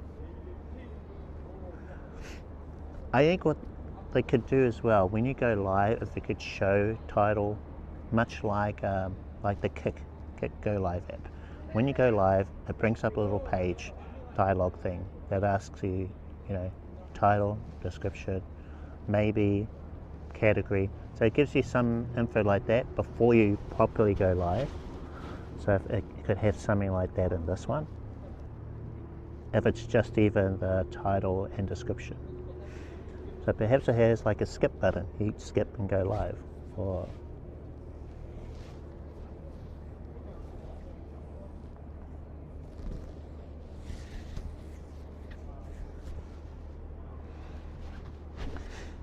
merge chat, I hear that's coming. I hope that comes soon. Next update, please. Overlays, that needs work. Everything else though, dual cam, dual picture-in-picture, split, great. Flip camera, great. 16:9, I haven't streamed at 9:16. So I don't even need to think about that. On built-in mode, yeah, maybe add more filters, but it's fine. Overlays chat. And then mic is good. So there's a lot of it. I'd say most of it is good. It's just those couple of areas I'd love for them to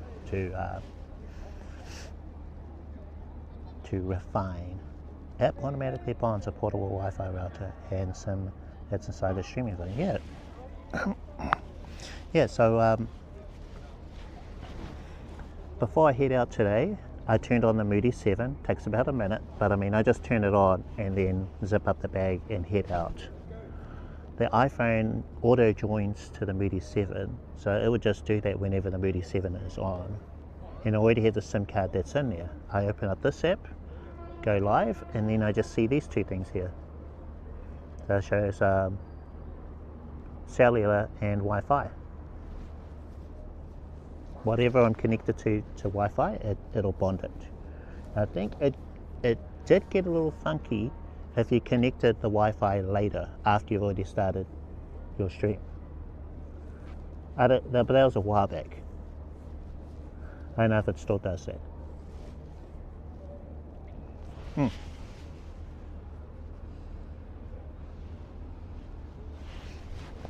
And same thing with disconnect protection. As long as you've got it in your plan, then overheating, I don't think so. It would use more battery, and that's kind of normal, depending on how many cameras and things you have, but not overheating. I think that's a problem with Mopen. If you add too many things depending on your phone, then it can overheat. So too many widgets, too many cameras, doing too much,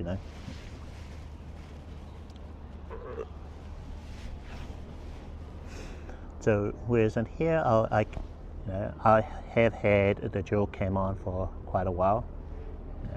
So it's been on like that for a large part of the stream. Phone was fine.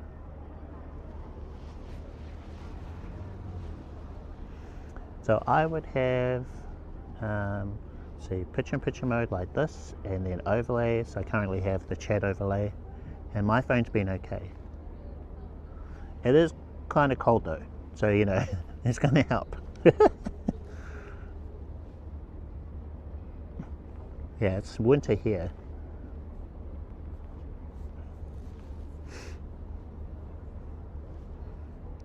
Oh, and I'm also charging. I got my my cable plugged in.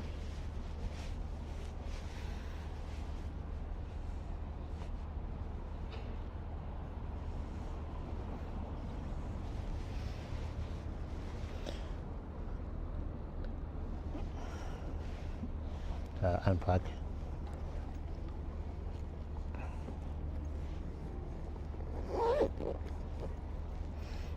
I think it all depends, you know. Some phones overheat quicker than others. I think there's something about my one seems to do okay most of the time. I wonder if it's because it is a 4G phone. So if you add 5G, it adds more to it. So that's a possibility. I don't know, it's a theory, an IRL theory.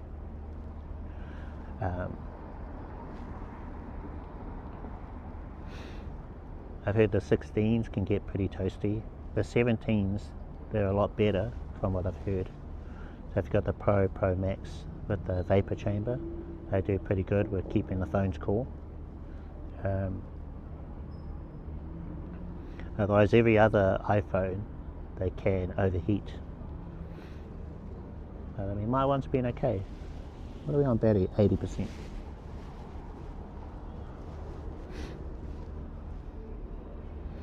I think too, you know, another one is connectivity. So if you're in an area where it's really bad internet, that can contribute to overheating as well, because the modems, they're working overtime to connect.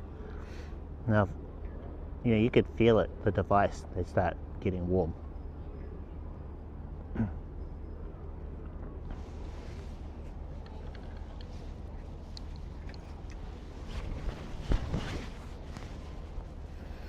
I remember I was at a conference one time and I was trying to live stream there.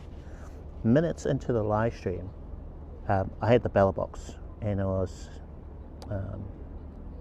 let's see, I think I had Wi-Fi adapters in order to get internet. And so I was wireless from, I think maybe the S23 Ultra with mobile hotspot mode enabled to the bell box. And those little Wi-Fi adapters, they were toasty. They were hot as.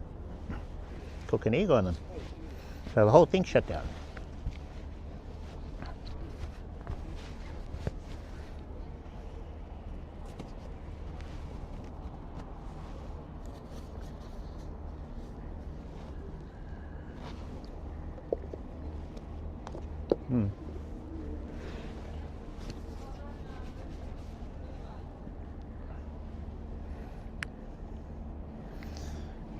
I'm going to share a photo of what I'm using today. Pretty low-key gear. I've got the little mini tripod, the Ulanzi JJ02, which I've talked about. This wasn't meant to be a walking around stream. I just wanted to get this connected. So it's a bit of a shame that we couldn't do that today. I'm hoping they'll roll out an update so that it will work. I have seen it work though. That's the thing. I was sent a demo before they made this, before they released this update, and it works. So, you know, guess we'll see. It's the thing with this sort of thing, you know, got so many different devices. Old, new. So we'll see. I mean, I'd really like to be able to use the Action 4. I had to borrow this. Actually, I forgot to ask, but I borrowed this. It's not my one, so if I could get it to work with the Action 4, that'd be sweet, because that's mine. And it could connect via Bluetooth, so there's the potential that it can. It was just the whole preparing to live stream thing. So I think maybe I could still do a tutorial on similar to the Go Live app video. And something I'm really really glad that they updated the front-facing camera so that the stream isn't reversed. So when I look at that on my preview, it should be the correct direction. Or will it? That actually might be wrong. I don't know.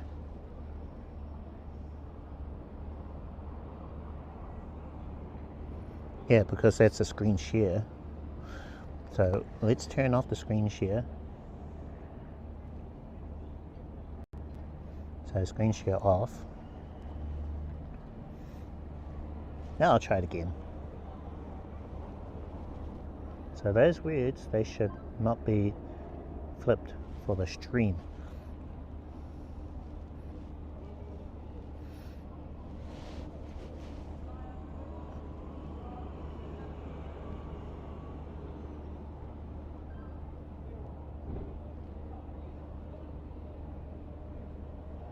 Hooray! Okay, cool.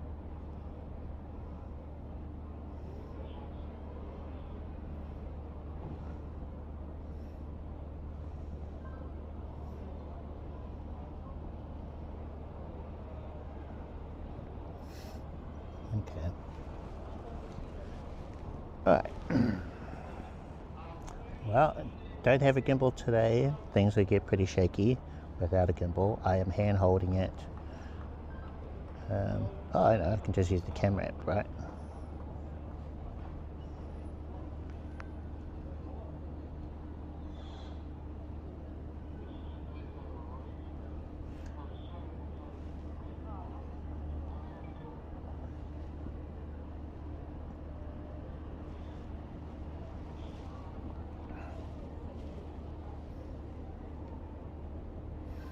Okay, so be able to see. So just the Lanzi JJ02. Switch our picture-in-picture mode.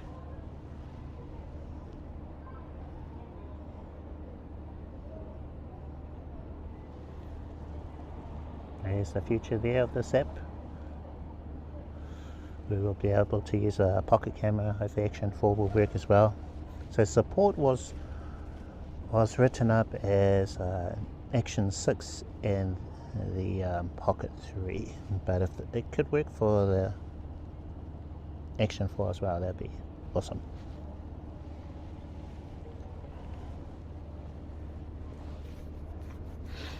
And then wonder if they've got a chat app on the way. Have they had a native chat app as well? They're working on a merge chat. Oh, you can't see that part. Yeah, they're working on a merge chat, but with something that you can read on screen, but also a chat app that works seamlessly, flawlessly with this one. That'd be great. Whereas the IRL Plus app,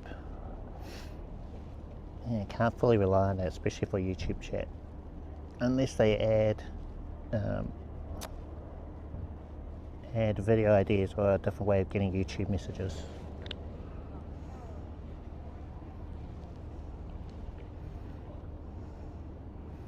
Okay.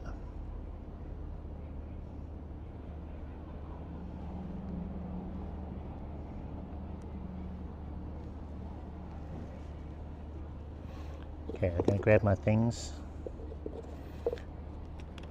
I was meant to cut down on my coffee, but I really needed one today.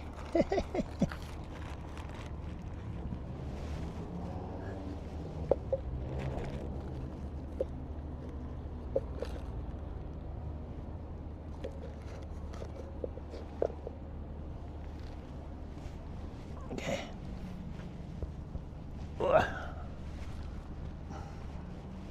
Okay, make sure I got everything. How are we looking? Looking alright without a gimbal. There's enough light here, we should be okay. Just need to find the bin. Ah, there it is, down there.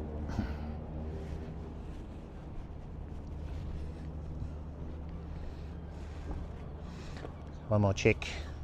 OCD me needs to make sure I haven't left something. Alright, we good? Whew. Cold as. Look at June.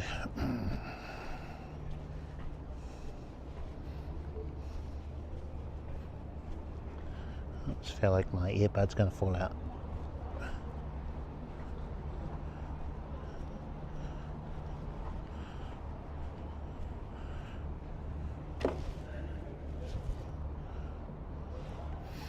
I've got these earbuds for my Samsung phones. What I like about them is they can switch between devices, I can easily reconnect them from like the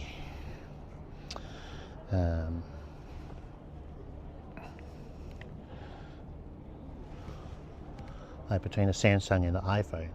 Whereas my cheapy ones, the neckband style, you've actually got to disconnect it from one and then reconnect to the other.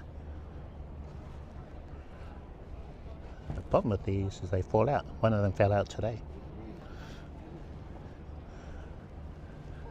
Yeah, during the stream, just fell out.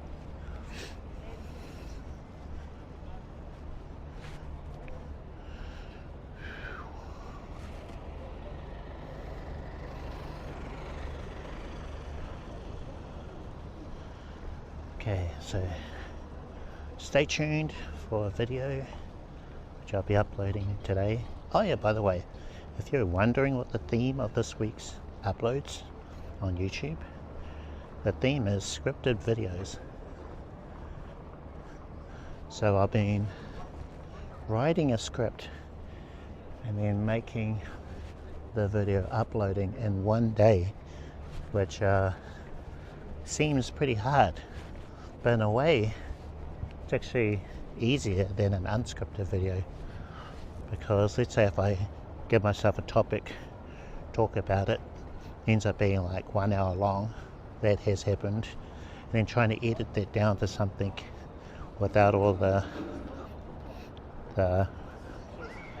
rambling that I do, then it ends up taking longer. Well, they have you'll have to check the details. I think they've changed the plans, or maybe the names of them, but it's a paid app, it's not a free app. They do have a free trial though, so you could try it out, see if it's something that works for you, and then you could then subscribe, or maybe actually I forgot what I was going to say, but yeah.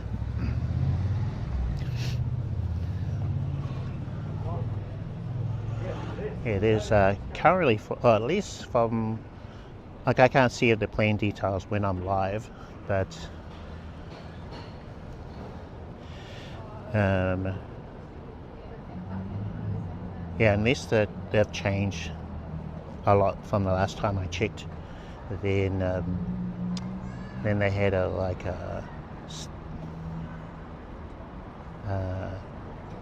they had two plans. So one which gave you the basics, and then a more advanced, like, high-end plan.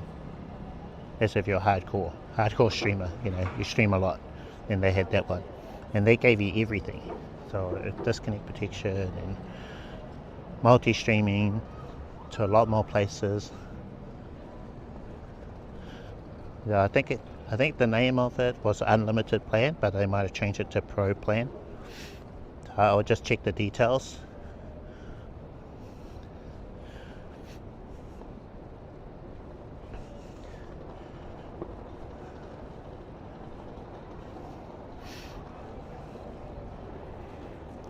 So my goal is to just show you lots of different options.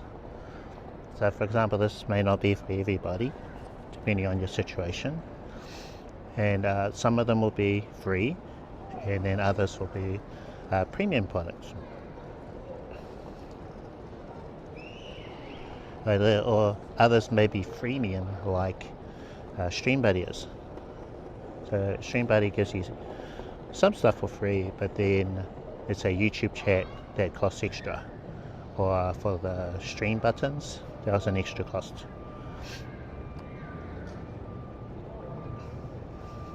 Yeah, what this one does, I can't see them ever doing it fully free. It's because you're streaming to a middle service, a middleman service I call it, and then it's handling re-encoding the video to the platforms, and that's all in the cloud. So like multi-streaming, bonding, yeah, it's doing a lot of stuff that you don't see in other apps. Closest thing to it may be Streamlabs, but they don't, at least I don't recall them having bonding, so I don't think they have bonding, and so they did have multi-streaming. That some things, but I think given the short amount of time that this app has been around, they've already added quite a lot of advanced stuff. Okay, that's me folks. I think I'm going to head out now. It is cold. I am turning into icicle. Hello. Hello and bye.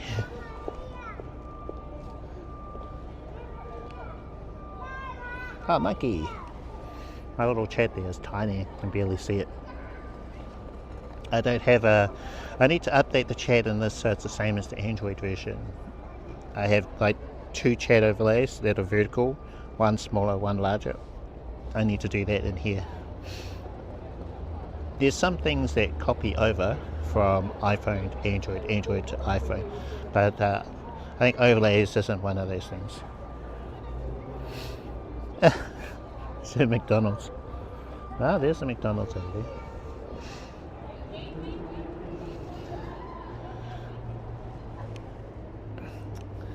Okay folks, yeah, I'm out of here. I need to go work on a video. Gotta script it, gotta record the voiceover. I actually want to do a scripted video where I speak on camera, but the problem is I've flubbed my words. It's hard for me, and also I don't have a teleprompter, so I can't do the look at the camera, read the thing. The space where I'm in this place that I'm living at now is too small for my camera and a teleprompter, so it's basically like right up in my face, and there's no room where the camera is, so I have to basically read it off a document on my screen. I gotta do it that way, so it makes it look like as I'm looking away from the camera, so I'm looking down here, up here. But I want to do a video like that. Scripted, but with me on camera. Whereas what I've been doing is I've been reading the script, speaking to the mic. Hey guys, welcome to, in this video, I am oops, I messed that up. I'll just re-record it. I'll re-say those lines again. In today's video, and then I'll just edit out all of the mistakes.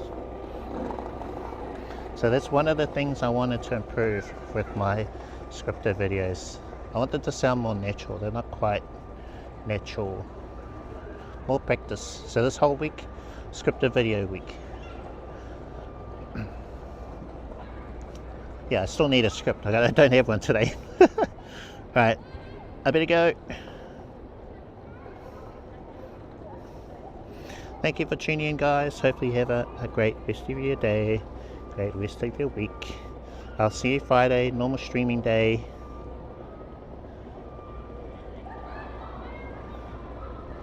How's that overlay? Is it full screen? I think so. Alright, till next time.